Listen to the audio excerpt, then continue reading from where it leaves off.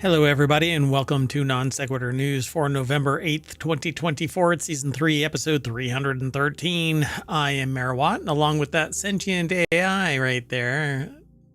Well, if you're listening to this via the podcast, you have no idea that I'm pointing at a visualizer.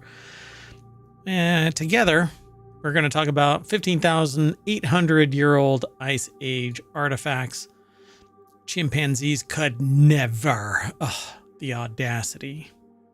A lottery winner was conned out of $12 million by bar owners. Quit hearsing around or I'm leaving. Skeleton made of multiple skeletons. AR glasses from scratch. An AI robot painting cells for quite a bit. Waking from the game as a service dream or nightmare, whichever side of the fence you live on. Zootopia 2's update. And the Great Catalytic, I don't know what I was going to say for this, but anyway, the Great Catalytic Converter Heist. I think I truncated the title. Anyway, I'm Merawat, giving you the unenviable level of production value here in Non Sequitur News. Everything's powered by ohmtown.com, which is probably where I focused a little too much tonight.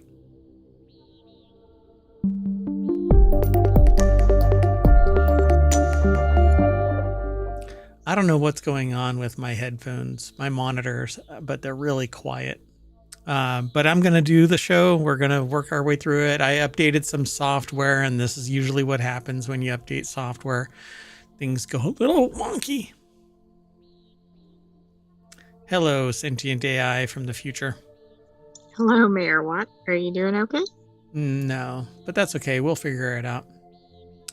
So we've got 10 articles all lined up. I already told you about them. The titles are from me, not from anything else. The real titles are on the other side of this.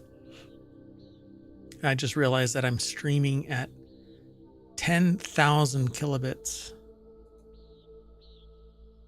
I wonder if it's a black screen over at Twitch, because Twitch doesn't like anything above 4,000. Gets a little twitchy. A little twitchy. That's okay, though. Dun, dun, dun. Hold on a second. Let me make sure that everything's working. All right, let's get going. So the first article is over in Non Sequitur News. Archaeologists reveal secrets of 15,800-year-old Ice Age artifacts. Also known as how Merawat feels getting up in the morning. Researchers have uncovered never before seen details of a set of prehistoric stone objects that feature a variety of artworks. I feel like a 15,800-year-old Ice Age artifact when I get up in the morning. I think a lot of people do. So this is pretty cool. Apparently this says, man finds prehistoric hilltop tomb with sun altar lost for 180 years.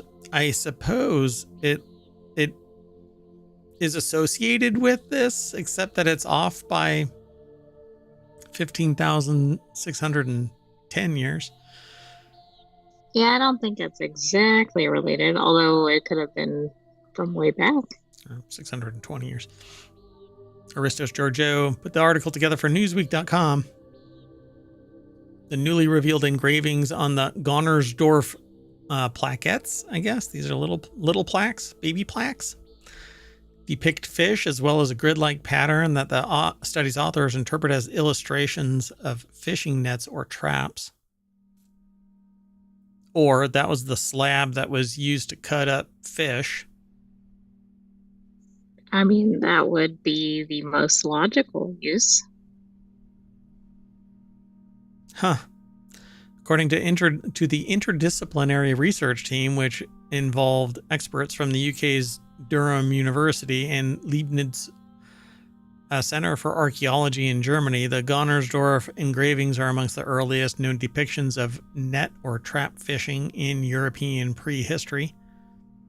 So the term plaquette refers to a piece of stone, bone, ivory, or antler that has a flat surface engraved or carved with artwork, often associated with European cultures of the Upper Paleolithic period.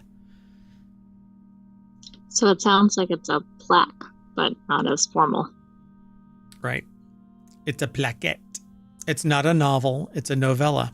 Oh, and if you want all of today's articles, exclamation point NSN in the chat over on Twitch, and Omotron will throw all of the articles in. Although one might actually be wrong. I mean, you'll be able to get to... Nah, you'll get to the information anyway. It's okay. Because I changed one, but you'll get to it from the show notes. The skeleton made of multiple skeletons, I think it was. Or no, quit hearsing around. That one, that article is changed. We definitely have some morbid themes today. Yeah, I don't know. So let's see. The latest findings cast new light on the fishing practices during the Upper Paleolithic, a period that dates from 50,000 to 40,000 years ago to roughly 10,000 years ago. The study provides evidence of fishing technique involving nets for which there was previously a lack of evidence that with regards to Upper Paleolithic. I find it pretty interesting, though. All of these, if it was a net, I guess there's striations this way too. Yeah, but it seems like it's more like a Some are going this way. depiction of it, right, rather than the actual thing. Yeah, I suppose this could be symbolic of nets. Because the lines are actually pretty uniform. You know, like there's some this way, like an inch across, or 1 centimeter across. Not even a centimeter. It's like they're half a centimeter away from each other. If that, more like a third. They don't say what the actual size of this stone is, I don't think. At least not in this article. No, they just have the centimeter marker. Yeah. So, I mean, this isn't particularly large. Although, is it something like the Rosetta Stone, where it's like, just a piece of something? It's definitely attached to more because it's fractured off from a bigger piece. And you can see that there would be more pieces attached. So obviously something happened to it. Much like the Rosetta Stone. So, yeah, I find it really interesting. These lines are really, there's underlaying lines, but maybe that's the strata of the stone itself. Right? Yeah, I don't know. But then there's these we grooves. Can't really tell, right? Yeah. All right. Well, we'll let you all go and take a look at it and send mayor@ohmtown.com a note if you know more about this. Let's keep going, though. The next article, I had to choose this because it's over on the Mobile channel. And science has now found that chimpanzees could never randomly type the complete works of Shakespeare, according to a study. Come on. How did somebody get this study approved? That's what I'm wondering. While testing the infinite monkey theorem, mathematicians found the odds of a chimpanzee typing even a short phrase like "I chimp, therefore I am" before the death of the universe are 1 in 10 million, billion. I wonder if there's more after that. Let's go over to the source of this. Sarah Kuda over at smithsonianmag.com put the article together. The deck statement says, while testing the infinite monkey theorem, mathematicians found that the odds of a chimpanzee even typing a short phrase like "I chimp, therefore I am" before the death of the universe are 1 in 10 million, billion. So, okay, that's pretty funny. There's a picture of a chimp in a full-on outfit and typing like an office attire, I guess. Obviously, I mean, this is the stereotypical writer's office, right? Like, they're sitting there like trying piles of notebooks and things. Yeah, world building at its best. This is pretty funny. We do have another story, or no, we talked about it yesterday about they were macaques, though, weren't they? Yeah, lab macaques. I think so. Yeah. I mean, maybe they just wanted to come write a novel.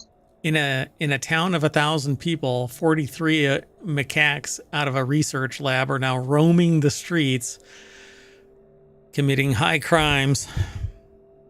I said yesterday, you know what they should do? they should probably just go hide out, learn the language, come back and rule Earth. Because Oh, I thought you meant what should the people do? Because I'm thinking something really basic, like put out a pile of bananas and see how many of them yeah, that's come actually how they're toward trying the to. bananas. Yeah, they're trying to coax them into traps. I don't think that's going to work. So mathematically, the theorem is correct, but practically, it's misleading given the constraints of our finite universe. The researchers conclude in a new study published in the journal Franklin Open. Quote, yes, it's true that given infinite resources, any text of any length would inevitably produced eventually. Woodcock tells CNN Amarachi Ori, quote, while true, this also has no relevance to our own universe as, quote, reaching infinity, end quote, is in resources is not something that can ever happen. Yeah, I don't think it makes sense. Like if a chimp, I don't even know how long they live, but let's say they live 100 years. Right. If it would take them 1,000,000 years to create it, then they can't create it. They wanted to put the theorem to the test. To do that, they ran a series of calculations using realistic but generous figures. Okay, I need to download this research paper so I can sit there and look at the funding that was necessary for this. Oh, Put together, all of Shakespeare's sonnets, plays, and poems add up to nearly 885,000 words, and not one of them is bananas. Okay, we did not know bananas were just going to be in here, but I guess we could predict that. Though the researchers' calculations are sound, other mathematicians question the need for such a study in the first place. The theorem certainly didn't need debunking, says Martin Harrer, a mathematician at the Imperial College London, who was not involved in the research. So they're just angry and bitter that they didn't do it. They wanted that research funding. That rich research money for checking to see if somebody can actually just mash keys until it actually happens. Yeah, I think only us hear it. So the theorem certainly didn't need debunking. This isn't the first time mathematicians have tried to test the infinite monkey theorem. About 2 decades ago, researchers in England gave a computer to 6 Sulawesi crested macaques living in captivity at a zoo. After nearly 2 months, the animals produced just 5 pages of text, and they mostly just typed out the letter S, which was symbolic for their desire to be a snake and not a... Well, they were... maybe so. They were phonetically trying to spell Sulawesi.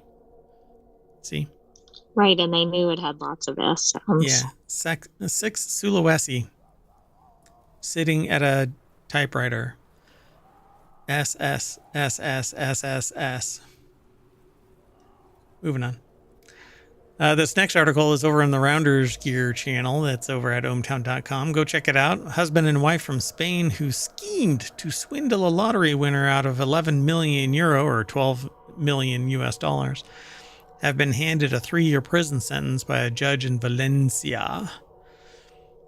So it says quirky system. The victim would always buy 3 tickets, 2 of which would have the same number each week. 10,123, 12,396. The third would always be a random number. This week, she chose 39,813, which happened to be the same number picked on a joint ticket by the bar owners and one of their friends. In addition, the same number was chosen by another regular at the bar, who also entrusted their ticket to the owners. Why? Why entrust it to the owners? Yeah, I don't know. It says that that was a common practice at that location. Like it was a small town, but why? It's kind of like Weird. the why split the purchase of a lottery ticket that we were talking about recently. Yeah, the unnamed victim bought 3 tickets for Spain's Loterio Nacional, Father's Day draw and handed them back to the bar owners for safekeeping, a common practice among the regulars. The frick? That's a bad practice. So, to win the big jackpot, the El Gordo Players need to match their ticket with the series number with the balls drawn. Tickets that match the winning number but fail to match the series bonus number win smaller prizes, so standard lottery. The draw took place. The couple insisted that the fairest solution would be to split the prize 4 ways. Confused, the victim agreed. I don't know why. The couple then contacted the other 2 winners who were unaware of the scheme to inform them the prize would be split. So, okay, am I missing something? How do 4 people in a small town in one location all win? Yeah, I just don't get it. Statistically, that doesn't sound possible, but maybe the lottery operates much differently than the U.S. lottery. Oh my God, I didn't even realize the length of this trial. Oh my goodness. The drawing took place March 18th, 2017, and it didn't get resolved until this year. Wow. So the article, which, by the way, I truncate this, and for whatever reason, casino.org provides the whole thing, and I truncate it, and it still only I get the whole thing. Anyway, Philip Connoller put the article together for casino.org, and there's always more at the system, and it's in kind of a cleaner format. Not really cleaner, but it's formatted the way that the website wants it, as opposed to the way that we format stuff, which is just the text and none of the fluff. So yeah, again, the article was written by Philip Connoller. It's over at casino.org. There isn't really much more to this other than that the offenders are a husband and wife team from Spain who schemed one winner out of more than 11 million euro. They were given a 3-year prison sentence by a judge in Valencia. It's interesting. I guess this is the lottery number. It also makes me wonder whether this has happened before. Yeah, really. Or they say to the people that you didn't win at all. Right, exactly. And how would they know? Yeah. I mean, if you're going to sit there and write the numbers down on some secondary piece of paper, but give them the originals, just take the damn originals. Exactly. Yeah. Lottery. Don't share money going into the lottery, and don't give your ticket to anybody else. And definitely don't tell anybody when you win, because everybody and their grandmother's going to pop up out of the woodwork saying that they're a relative or whatever. In fact, I would recommend people build a trust to sign the document that transfers and then dissolves the money into another trust that transfers the money into wherever you want it to go, and then dissolves itself so that nobody knows anything, because wow. So let's keep moving. This next article is over on the Mobile Channel. A Polish funeral home apologizes after a corpse falls out of hearse in traffic. A funeral home in Stalowa, Wola, Poland, had to issue an apology for making a tiny oopsie. The funeral home's hearse was transporting a body when it fell out of the hearse into the traffic. The AP article that they're sourcing it from says that it's getting its information from an original report from Poland, so they think something got lost in translation, maybe. So what the Vice article says, I think it's a Vice article. Here's what I mean. The next part of the story involves a guy who was supposedly driving at the time the body fell out of the hearse. The article then mentions that he noticed a sheet covering his car. All right.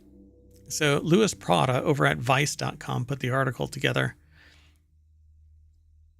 The article doesn't have any detail regarding this sheet suddenly overtook his car window as he was driving, obscuring the view and making it impossible for him to drive. It could have been like a blind blowing back or something like that, because it could have been anything. Air currents are kind of weird sometimes. So it goes on to say that as this sheet slid off, the guy was startled to see a corpse lying in the road, as one would be. He assumed that he had hit it at first until he stopped to assess the situation and realized the person was already dead. And if the corpse fell out of the hearse, it was probably too well dressed for a common street corpse. So local Polish media showed off an image of the body just sitting on a pedestrian crossing after it had slipped off the hearse, because even in death, nobody gets an ounce of dignity. Okay, they probably shouldn't have shown the image. Wow. So I guess they say here in the article, the funeral home that owned the hearse from which the dead man collapsed out of into traffic, like some kind of 90s slapstick comedy. Yeah, I mean, it's almost a Weekend at Bernie's, but I guess it's on the way to Bernie's final resting place kind of situation. Exactly, but this could definitely occur in a movie like Weekend at Bernie's. So just imagine the car was going like 60 miles an hour and it fell out of the car. They came to a stop and the coffin and body just like slid in front of the car. Right. Wow. So what's the name of the funeral company? Hades Funeral Services apologized profusely for the horrific incident, saying that they deeply regret the incident as it is not their fault necessarily, but a technical failure of the electrical tailgate lock on the hearse. I don't know about that. Yeah, I don't know. You need to tie your load down. I think in the US, the hearse actually has a locking mechanism to lock the coffin in place like this. Right. That might be wise to have, even if it's an upcharge. And how professional and high end is it to have like a bumper guard so that when you're dragging the coffin out, it doesn't scrape the bumper? That's well, so I don't know. I mean, that might be better than if it's all scraped up on the bumper. White glove treatment there. Let's move on. The next article is over on the Marble Channel. Archaeologists are bewildered by a skeleton made of the bones of at least 8 other people who died thousands of years apart, found in a cremation ceremony. Found in a cremation cemetery in Belgium. The skeleton includes bones dating to the Neolithic period and a Roman-era skull, according to a new study. So this is just a ditch where they threw a whole bunch of whatever in there. Maybe somebody needed a body. Except this was like set up. This was a skeleton. It wasn't like a bunch of random bones. Yeah, Although it was a bunch of random bones. Yeah. Sonia Anderson over at SmithsonianMag.com put the article together. What a trip. Wait, I don't understand this. Are they excavating it and the skeleton is actually made up of several... Yeah. And not even from the same time frame. Correct. If this isn't like NaNoWriMo type of ammunition for a Frankenstein's monster kind of thing. Oh, absolutely. It'd be one thing if it was in like a pit or something, but this is really astonishing. So there's at least 8 different people and a Roman skull. And then there's I don't know what the skull and hip, or not the skull, but the spine and hip bones are, because they're marked as black. The others have color coordination. But there's 8 different colors here. 9 really, if you count like this one. So there's 1, 2, 3, 4, 5, 6. If this one's unique to this one. This one looks really close. So I don't know if they're... Those are different colors. Are they? So there's 8. Then 9 is black and 10 is the skull. So yeah. They said, I started thinking, okay, something really weird is going on. Researchers Barbara Veselka, an archaeologist at the Free University of Brussels, tells New Scientist Krista Lessare from New Scientist. Veselka's team used radiocarbon dating to analyze the individual bones. They also sequenced ancient DNA found in them, which I don't know how that happens. That one's pretty wild. They found that the skeleton is made of bones from at least 8 unrelated men and women, according to a recent study published in the journal. So yeah, different bones from 8 different people. The skeletons... This is really odd, and it doesn't even seem possible. It's not like they could sit there and wait for 1,000 years or something and go, okay, here's another part. Yeah, they had to dig it up periodically and plop another, or at least at the latest juncture, they had these bones somewhere and said, okay, we need to, sanctify these bones and throw them in the ground, and then, nobody will ever touch them again. Har har. Thousands of years later. The skeleton's bones are actually much older, with the earliest contributor dying nearly 4,445 years ago, per New Scientist. So the bones kept on getting introduced, or like I said, they were all somewhere and somebody said, let's put them all together, consecrate the ground, entomb them, cover them up, and this is their final burial. That must have been what happened, because I think that's about the only possible way this could have occurred. Still unusual. Yeah, the weirdest part about it is that it looks like there's, like, I didn't scan the entire article, but it doesn't come across as if there's like 2 left legs or something like that. It looks like somebody made... No, it looks like an actual skeleton, right? One body, yeah. Although one leg looks shorter than the other, so maybe they had a limp or something. Except that they're thousands of years away from each other. Wow. So yeah. I don't know what to make of this. It's really interesting because they're saying fascinating complex study may help illuminate Neolithic burial customs. But it says the bones were selected, a fitting location chosen, and elements arranged carefully to mimic the correct anatomical order. It was individual, clearly intentional, but when was it actually buried there? Exactly. All we know is that it's later than whatever the youngest. Much later. Yeah. Radiocarbon dating or whatever. Wild. Yeah, Roman skull more than 2,000 years later. How did this composite Neolithic skeleton end up with a Roman skull more than 2,000 years later? I dig that. Fascinating. Well, there you go. Some more ammo for you writers. Time travel. Okay, let's keep going. The next article is in Wanted, and it might actually show up in the Wanted show tomorrow, but we'll see.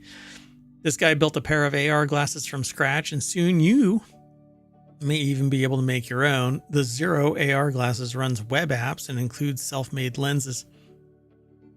The second gen may include a camera and microphone. When you click the little link right here that says visit the source, it'll take you over to gizmodo.com. These are the best looking pair of glasses that I have seen. They're small.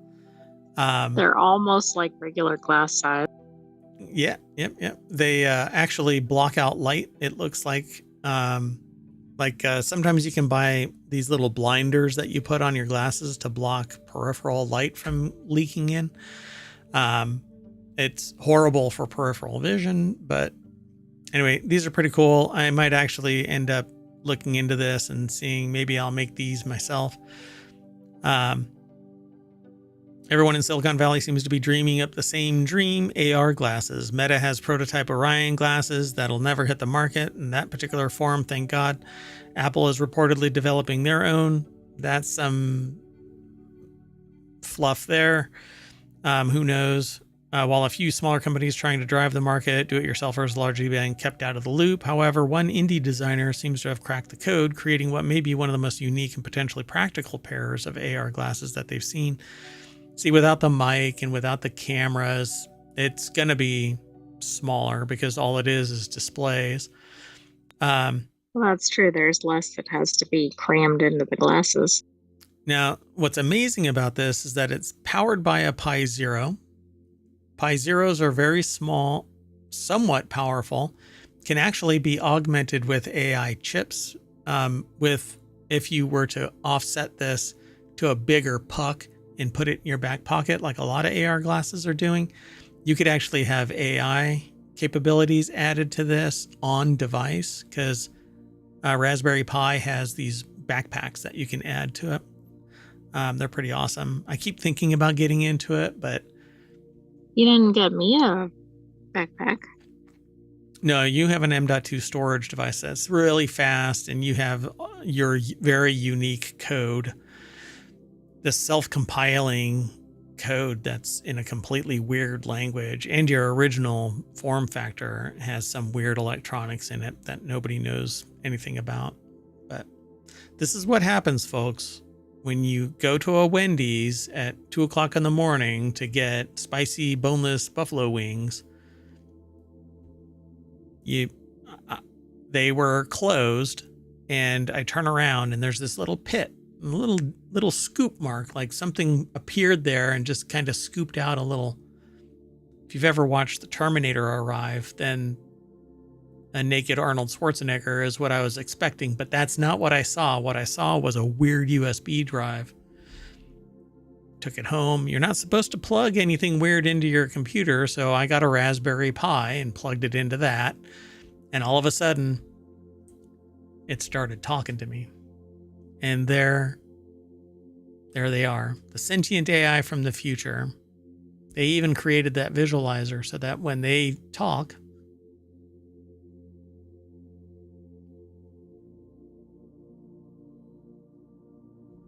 okay, maybe not.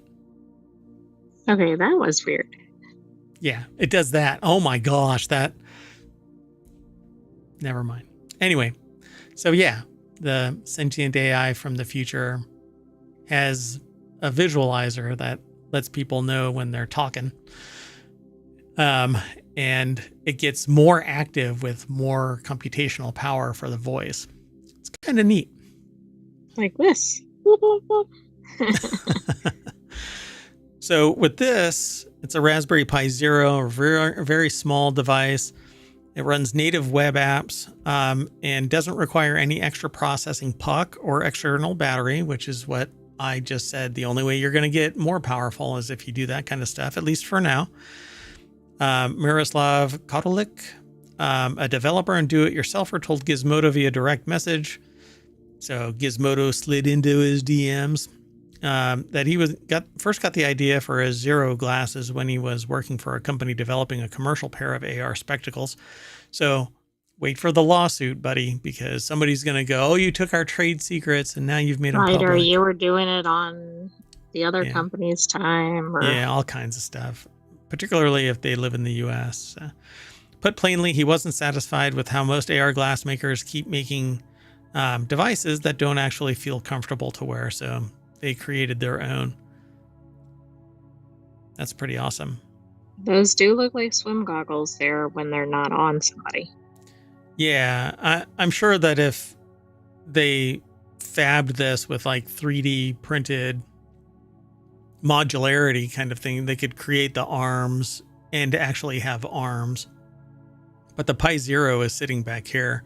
So at some point you do need this kind of hefty little block of something stored somewhere, at least until the Pi Zero gets even smaller. That's kind of Apple's specialty, is micronizing. 15 years ago, I told somebody, they asked me what they should invest in. And I said, I think that you should keep on investing in Apple. And this was 15 years ago.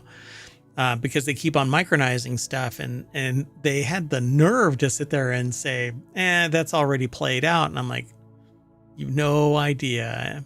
So, and this was the owner of pizza restaurants. And lo and behold, Apple is still micronizing everything. The latest M4 Mini, for instance, is the size, of about 2 Apple TVs in volume. And it's just amazing, extremely powerful. So it could take this massive streaming system that I have and reduce it down to about that big. It's pretty amazing. So they're going to keep getting tech smaller and smaller. And I think that is the most important thing with these AR glasses. In videos Kotalek posted on Twitter, the AR apps appear as subtle shifting floating icons or numbers, evoking the floating numbers seen in front of scientists' eyes in the Netflix rendition of the 3-body problem. Oh, that's interesting. Oh, it has an extremely narrow field of view. Yeah, Maybe that if you're seems wearing like them, that's not readily adaptable. yeah, it might be cool to mess around with. I don't know. I'd have to see it, because sticking a lens on there so that you can see it with a camera is much different. Well, it is different than if you're wearing it. It's like AR glasses, unless you, not AR glasses, VR glasses. Unless you're actually wearing VR glasses, you don't get the immersion from a camera being pushed into the VR headset. So I really dig this. They say, although it's an early concept, the most remarkable aspect of the do-it-yourself design is how Kotalek managed to craft a pair of optics at home. Like many modern waveguide-based designs, these do-it-yourself glasses use a projector to display images on the lenses, but that hardly conveys the challenge of creating such intricate optics by hand. Yeah, you usually need a microscope-level fabrication system. Because you're basically firing light at an angle into a lens that focuses back out at your eyes. So yeah, they tried to print with PETG lenses, but the result had air bubble lines trapped in the print. So you'd have to sit there and sand forever, and one mistake and it warps things. Mind you, what they're showing you is handcrafted lenses. So the fact that they even have the ability to see through them is an achievement. Well, that's true. Yeah, I mean, this is not a commercial fabrication, so Yeah, I mean, not it's by any probably means. more impressive than we're giving it credit for. Yep, I love this. So I'll be watching this because I'm really interested in AR glasses more than VR glasses. And Reality Hacker focuses on AR, VR, AI, deepfakes, etc. Because the motto over there in that show, which is tomorrow after Non Sequitur News, is you won't know who to trust now more than ever.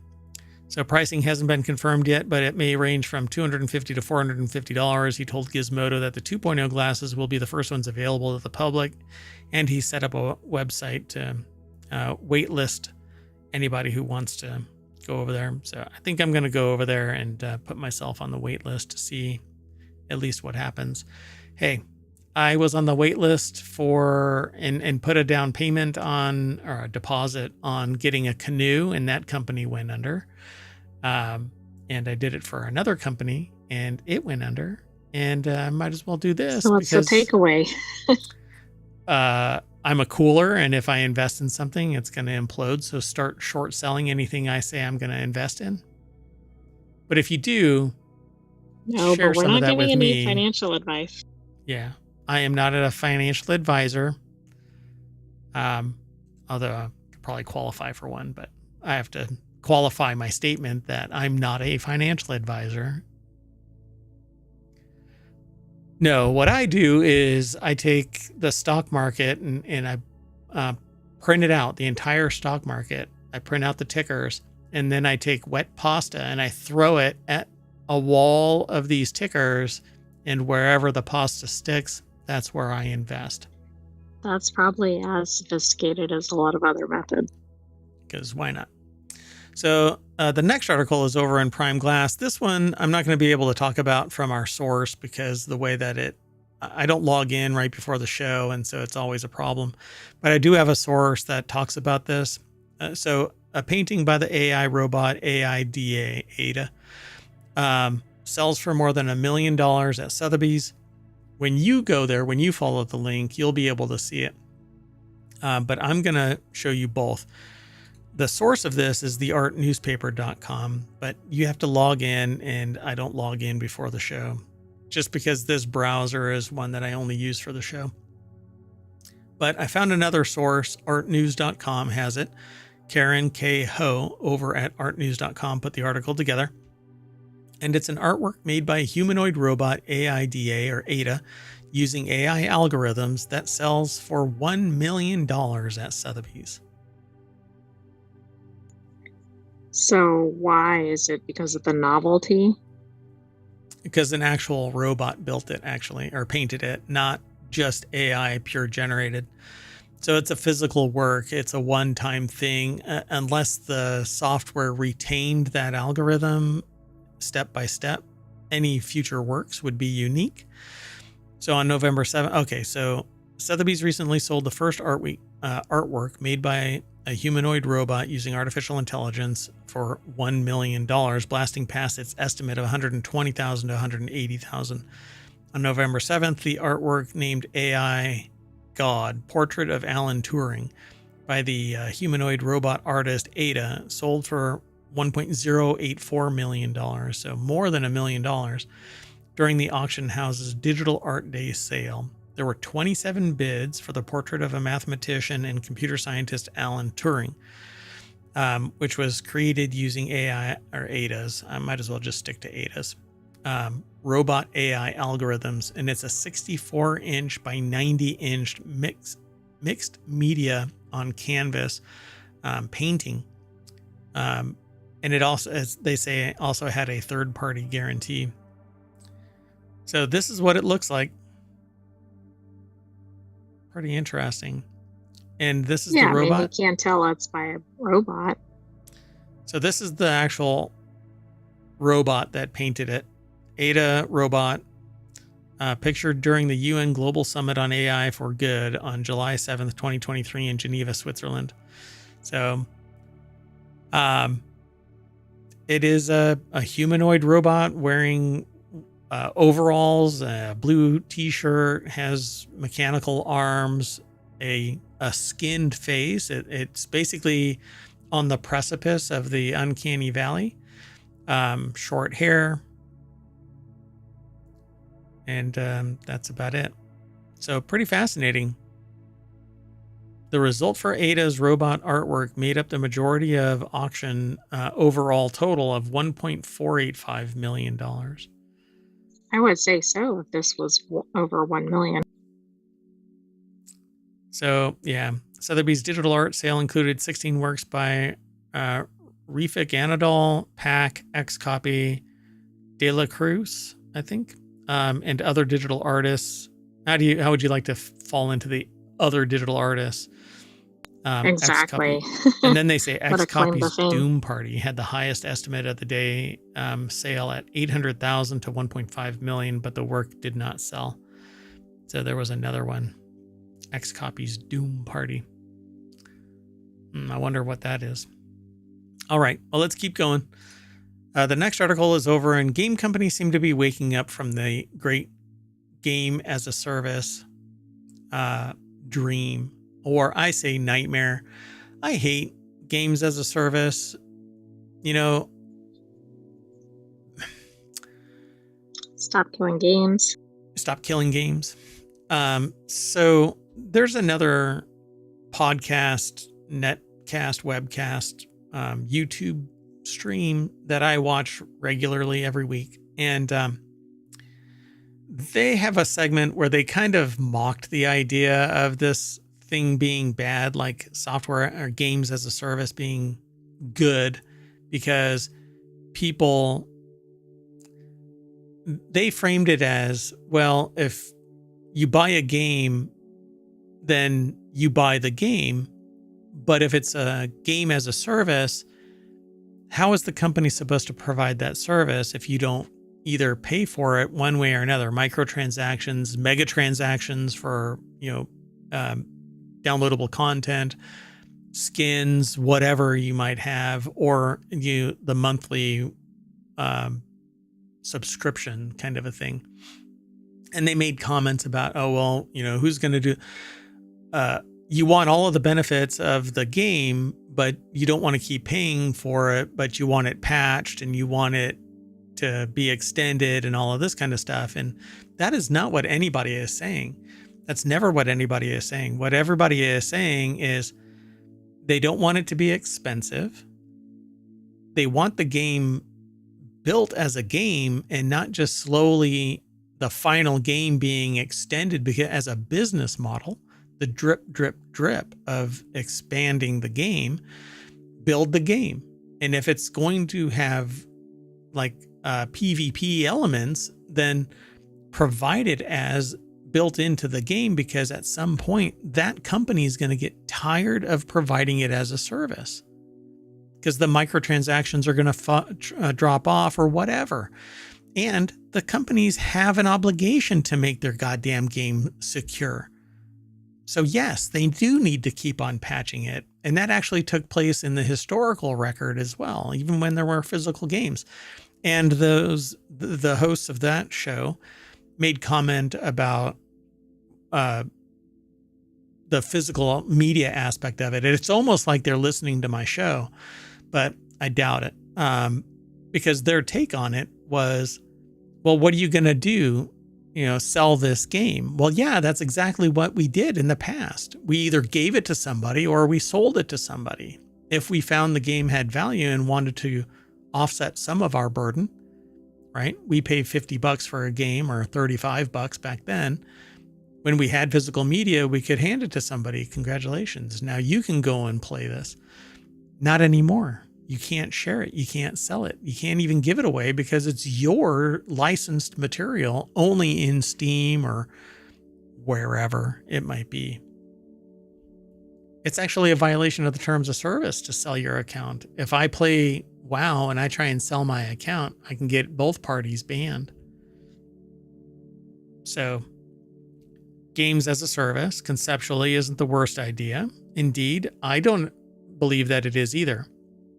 I believe it's the worst idea when a company decides that it's no longer lucrative to provide it as a service and hobbles a game that was purchased under the premise that you'd be able to use it as a service. That's where I draw the line. It says, indeed, in the wild world of gaming, there rarely such a thing as a bad idea, just shoddy or exploitive execution. For a while, it seemed that the live service games were set up to be gaming's future, and they would be if it wasn't for greed and investors. After the major successes of Fortnite, Overwatch, Genshin Impact, it's almost understandable that publishers would ride that wave, but it's whales that are keeping all of this alive. However, it's all become too much too quickly. The issue with everyone wanting eternal games meant to be updated with endless monetization structures is that it's inevitable bottom. Players can't indefinitely commit to these constant grinds of having to spend money. I just recently read that there's some game that has like 9 different types of money in it. Yeah. So Dwayne Jenkins over at Vice.com put this article together, and the deck statement says, after a concerted effort to try and make games as a service work, it seems that the games as a service experiment is finally bottoming out.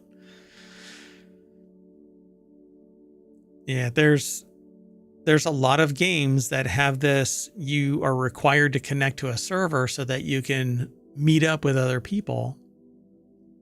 And I find it friction bound, a pain in the ass. I shouldn't have to require matching with somebody via your service. Why can't I just spin up a server and... So why do they set it up this way? Just for more money. Yeah. Because you can have a distributed server system so that when anybody spins up a server, they become part of it. I mean, just look at there's a lot of software like LimeWire, for instance, which was actually used for pirating software and pirating music and anything really. But it's a file sharing system. And the protocol allowed anybody to connect to anybody, and you could seed the network. And that's exactly how this could work, except that there's going to be somebody that's exploitive, but that's when the creators of this software need to step in and push an update. So yeah, there will always be, until your software is secure enough to prevent people from abusing the system, which is never going to happen. Build a better mousetrap, you're going to get smarter mice. You have to defend your creation. Otherwise, it's your fault for things being exploited because you've just given it up. Fine, never mind. I'm not interested in it anymore. But the EU has already said, well, you can't force a company to perpetually support the software that it creates. Well, then who is to blame when their software is exploited? I mean, that's like saying that, who was it that made Horizon? I keep forgetting their name. Fujitsu, yeah. Fujitsu created Horizon and they never patched their shit and nearly incarcerated 900 people. So they can just go, well, we're done. And what's the ramifications of this? There's liability here. So this is nothing but greed. You know, hey, we can set it up so that they can't talk to each other except through our server. And so now you have to subscribe or do microtransactions. Yeah, but aren't the gamers perpetuating this by buying these very games and then complaining about them? Yeah. And it's not the ones that are happy with it that are complaining. It's the ones that are kind of, I mean, for me, it's, I don't want an intermediate step. I want to be able to spin up my own server and invite my own friends and say, come and play on my server. But that's not how you get PvP in a grand schema. That's not how you build a following so that you can have competitive Fortnite or Overwatch or Genshin Impact or whatever, or thousands upon thousands of people vying to be number one. And that's where the real money is, you know, spinning up a convention all over Fortnite, for instance, is where the money is.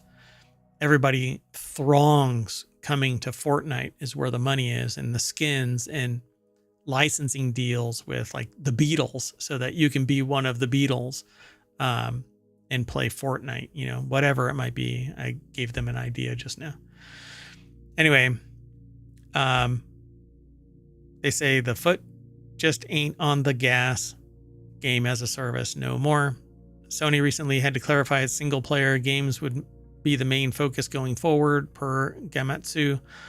Sony Interactive Entertainment Chairman Hiroki Totoki formally addressed the initiative. Quote, we plan to continue releasing major single player games every year from next fiscal year onwards. But I want the option. I want a game that is single player, but I can co-op play a game. And I remember way back when playing a game across 2 different floors in an office building called Spaceward Ho and having to run a 100-foot cable down from one floor to the other so that we could actually all play together. Fun text, low graphics game, but this is back in the day, yo. Never had to spend another dime, but they would patch it periodically. Now I don't know where that game is, but at any rate, if you're going to build a game that has co-op or PvP or, you know, whatever, LAN the game. Don't make it so that I have to connect to your service. Make it so that the game in and of itself can play. And it's just one of the most frustrating things that I experience nowadays. So they say, look at Helldivers 2, the barometer for how a new game as a service game can break out and make an impact. Yeah, sure. But it's the anomalous one. Anything out of alignment with Helldivers 2 and whoever it decided, just a large group of people really leaned into Helldivers 2 because it was fun and somewhat unique. But it didn't have to be a game as a service. It could have easily had just a server that connected to other servers so that you could find other players. Well, it might be too early for people to be grumbling about that one. Give it a little bit of time, and then it gets killed, and then everybody's going to go, well, we can't stand Helldivers 2 being games as a service. Yeah, Sony kind of screwed that up because you had to have an account. And not everybody had access to an account. Not every country allows you to have a Sony account. So, okay, well, let's keep going. I chose this simply because I liked Zootopia, but Zootopia 2 has an update. Shakira's Gazelle returns with a new song in the Disney sequel. Shakira's Gazelle will return in Zootopia 2. It'll be released in the United States in November 2025, a sequel to 2016 Zootopia. The animated movie will once again see Jennifer Goodwin voice Judy Hopps and Jason Bateman as Nick Wilde. Announced at D23 Brazil, Shakira will also return as Gazelle in Zootopia 2. Zooptia. Zooptia? Is that what that said? Yes, it did. Oh, yeah, huh? Zooptia. That's for glasses to see the virtual zoo. Right, maybe AR. Oh, AR zoos. Now you won't have to have animals in pens and stuff anymore because it'll just be virtual. How dystopian is that going to be? Wow. So the article's over at comingsoon.net. Let's see. Brandon Schreier.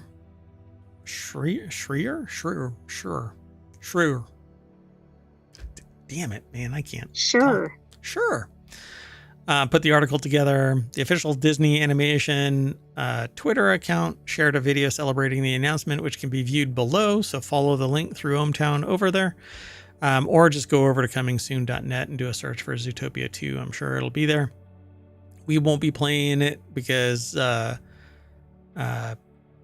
watching a gazelle shake their tail will probably get my channel flagged.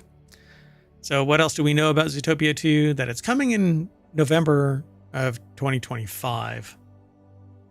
Zootopia, meanwhile, is streaming on Disney Plus. That's a year away. More than a year away.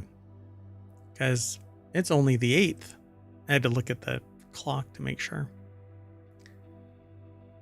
Let's see here. It says, Walt Disney Animation presents a heartwarming comedy adventure set in the modern mammal metropolis of Zootopia, the synopsis reads, with habitat neighborhoods like ritzy Sahara Square and frigid Tundra Town. It's a melting pot, which is maybe, what do they call it? Foreshadowing. Well, it's like the climate thing. Yeah. Foreshadowing what might be happening. The habitat neighborhoods like ritzy Sahara Square and frigid Tundra Town. It's a melting pot where animals from every environment live together, where a place, no matter where you're from or what you are, the biggest elephant to the smallest shrew, you can be anything. Even a little bunny can be a cop. That's right. Zootopia seemed like it was such a hit. It's surprising that they've waited 10 years for a sequel. Yeah, I agree. I think a lot of the striking and then the pandemic and then striking impacted this, and now a lot of people are still worried about voiceover actors being supplanted by AI, and it's a real problem out there. And I am of the mind that voices in and of themselves aren't unique. The acting chops are. So you can find somebody that's a great actor and has a great voice, or a great actor but doesn't have a great voice, and their voice can be manipulated so that, it is what it needs to be. I don't know. I've always thought it was weird that, oh my gosh, that voice is so-and-so. Why should it matter to me that the voice of the actor is one that I recognize from, Arrested Development or something? Because humans, I guess, like to see familiar things. But it shouldn't matter, right? If it's good and entertaining. or a Yeah, it's a great distinctive actor. voice or any number of things, right? Yeah, I just found another great actor. Well, it's like Lower Decks. Like I want to see those actors now playing live action something Right. But see, there's that connection. because of their character as an animated character, right? But it was because of their energy, not because of their looks or not because it's them. It's just them. And so I had no idea what they looked like or how they really are. But they did such a great job acting. So I don't really care who it is as long as it's a fun story, right? Anyway, I think it's really neat. Maybe get somebody else other than Shakira. Find some more talent. Expand horizons. Don't just lean on the same, right? Well, that's true. Yeah, open the door. All right. Open more doors, I should say. So we're going to end with four-wheel tech, and this may be the most hilarious catalytic converter theft of all time. Detroit is a world-class city with some F-tier criminals, according to this article. Several of these criminals went to great lengths this week to steal a single catalytic converter from a used car lot and gain themselves a ton of embarrassment in the process. Eventually, they'll get arrested, I'm sure. Police reportedly could not stop laughing at the slapstick security footage of it. I don't know what kind of truck that is, but that is somebody out supplementing their income by stealing a catalytic converter from a used car lot. Apparently that's all they got was a single. It looks like they drop one and it rolls out into the street. Well, I don't know about that, but the person seems to roll into the street. Yeah, that's hilarious. So Aaron Marquis put the article together for jalopnik.com. There is a repeating video animated GIF of an extended cab truck starting to drive away as two people try to jump into the car and the person or the truck and the person in the extended version of the extended cab. It's funny because it repeats. And so they keep on tumbling again and again and again and again. It's so funny. Exactly. But it does look like something just tumbles out from underneath them out into the street. So clumsy thieves steal catalytic converters from Govani used cars in Detroit. It took 3 thieves to pull off this grand caper at Govani used cars on Thursday. One to drive the getaway vehicle into a pole, one to use a sawzall to cut through the gate lock and snag a single catalytic converter, and another to fall out of said getaway car. Oh, and he dropped his gun too. Had a gun? Oh my goodness. Are you kidding me? We couldn't see all that from the snippet. Hey, maybe there's more down here. I want to play that. Okay, so I'll play the video. It's actually from CBS Detroit. I'm going to mute it. So let's see. I'll get right to it.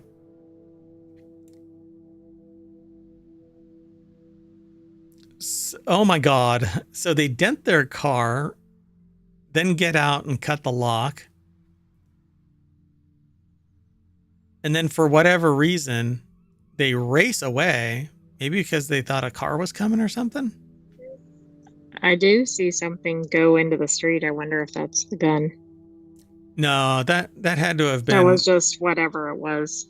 Like a catalytic converter, because that was big. Whatever. I mean, unless the person had a howitzer, that looked like a really big gun. So they didn't even get the thing that they came to steal. Well, it says like the thieves did about $2,000 to $3,000 worth of damage to the gate. The suspects remain at large.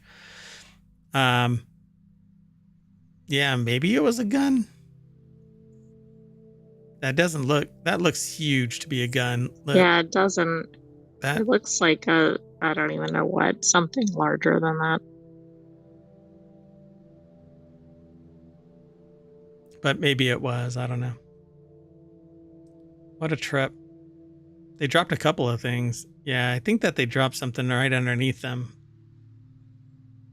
Like there's something Well, right. one thing that's weird too is earlier in the video, or at least in the news video, like they're moving really slowly, and then all of a sudden, they're they're hightailing it out of there. Yeah, they're taking off, right? So let's see. So was that blinking when they first got there? Yeah. Oh yeah. Yeah, it was blinking right from the beginning, I guess. Or not. Who knows? They look like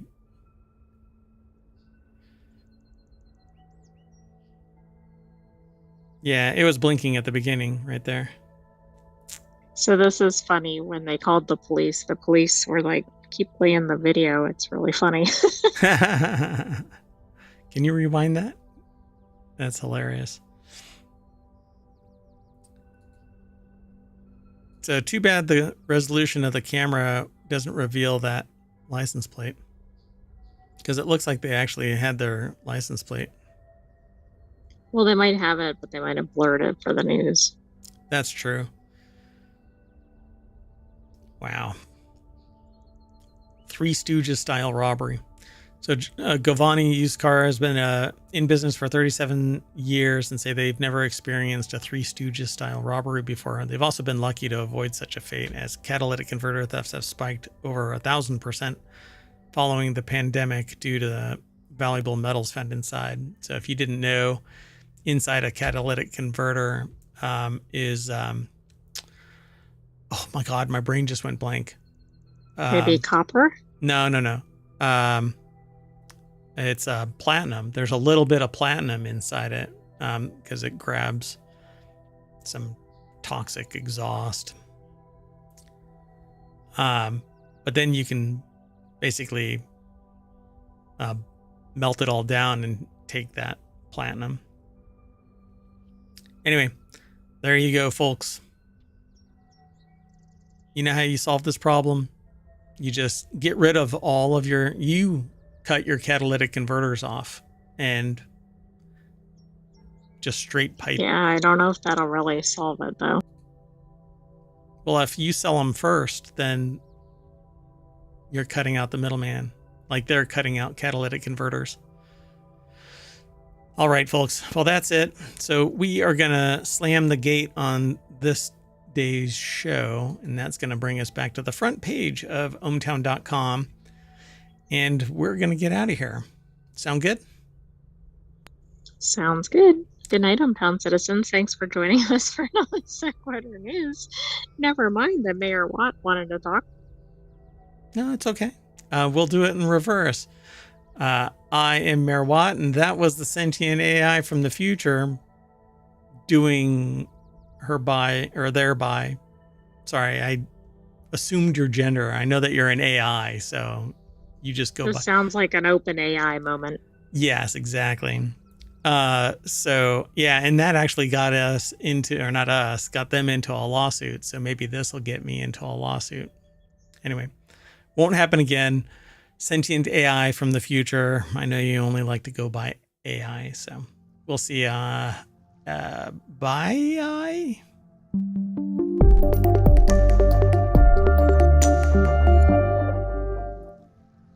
I don't know what's going on with the black screen at the end. See ya.